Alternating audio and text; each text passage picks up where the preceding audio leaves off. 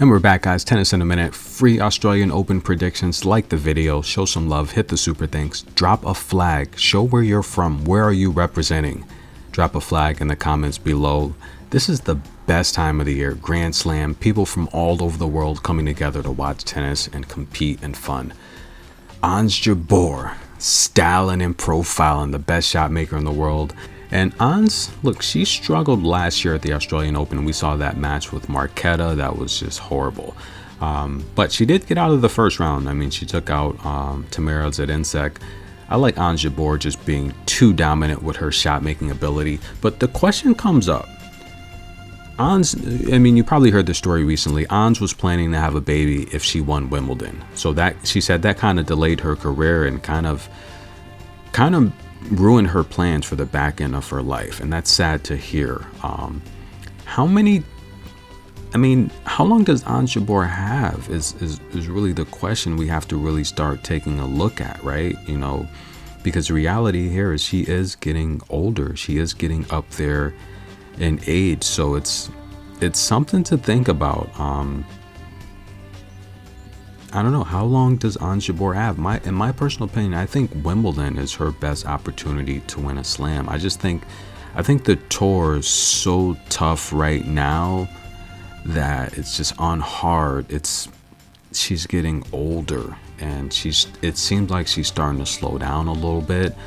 My personal opinion is I think Ons Jabeur, I think she's got to win Wimbledon one of these next 2 years for her to end her career with the slam. I don't know if it's going to happen at a tournament like the Australian Open or a tournament like the US Open. I think the French Open and Wimbledon are her two best chances to win a slam. I think she's got a chance here to make the final again. She's just, her shot making variety, it's suited for grass and clay, you know.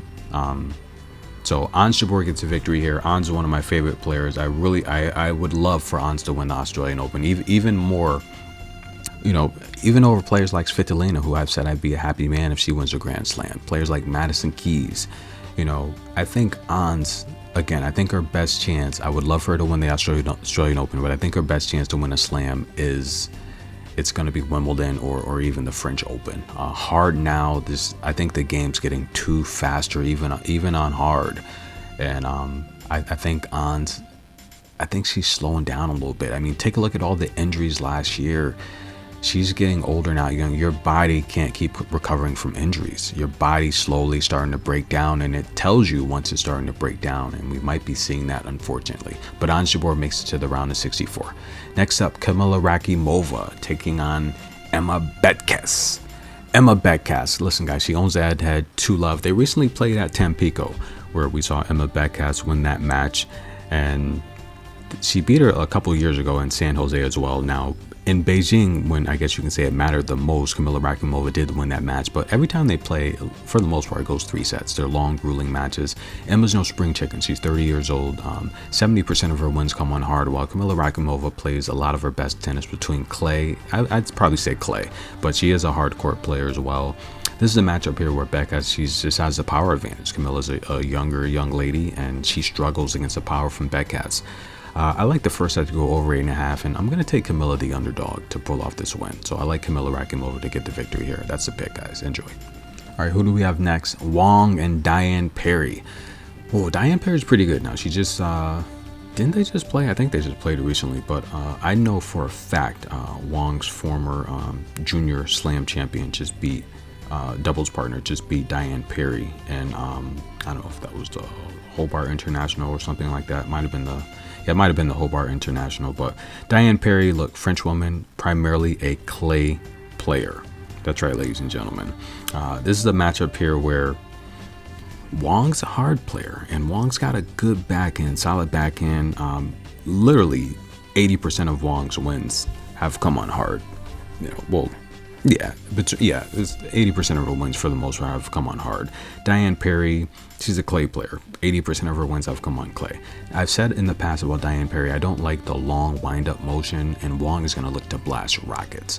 Wang's a baseliner. She's got a good power, good backhand. While Diane Parry, she goes to the slice to buy time. She's got a good one-handed slice, and Wang is explosive, but she doesn't use it all the time. I think she conserves her energy, and it's smart because it's all about muscle memory. If you know you can't play a certain type of grueling, fast, athletic style, then you conserve your energy. I think Wong's overvalued here, but I think Wong's going to beat Diane Perry. So I'll take Wong to defeat Diane Perry. That's the pick. And for the most part, it's primarily due to, I think Wong's going to attack that slow robotic serve of Diane Perry with her backhand. I think she'll win points where Diane Perry, she's going to be on the back foot for most of the match. That's really the reason why. So I'll take Wong to win. Bernarda Pera taking on Mirra Andreeva. Mirra is laying some serious chalk again, ladies and gentlemen. Mirra's like a, 7-1 favorite, something like that. Mirra's good. And Diane Perry, I'm sorry, not Diane Perry. Bernarda Pera is, she's not a long rally player. I mean, Bernarda Pera is, and she said it out of her own mouth in the past, but Bernarda Pera has said she's not that patient. You know, she can be more disciplined. That's something she needs to work on her game. And Mirra's a little bit more disciplined. But I'm not laying that kind of chalk with Mirra Andreeva. I don't think so. She's playing a grown A woman. I'm going to take Bernarda Pera plus 7.5 games. It's just not a match I would pick because I know Bernarda Pera, she said it herself, and I watch her play. She's not disciplined. You know, she's aggressive and she steps up. Could that put pressure on Mirra? It really could. But Mirra does go to topspin. She takes her time to set up and build her points. Where Bernarda Pera is she's just flat out. She's a Camilla Giorgi. She's flat out going for winners. They're both left-handed, which is something left-handers do not like playing other left-handers. They're not experienced with that. Bernarda Pera definitely got the experience edge there. But I'll take the 7.5 games with Bernarda Pera. That's the pick, guys. Enjoy the free picks. Drop your flag where you're from. Hit the super thanks. Like the video. We'll be back.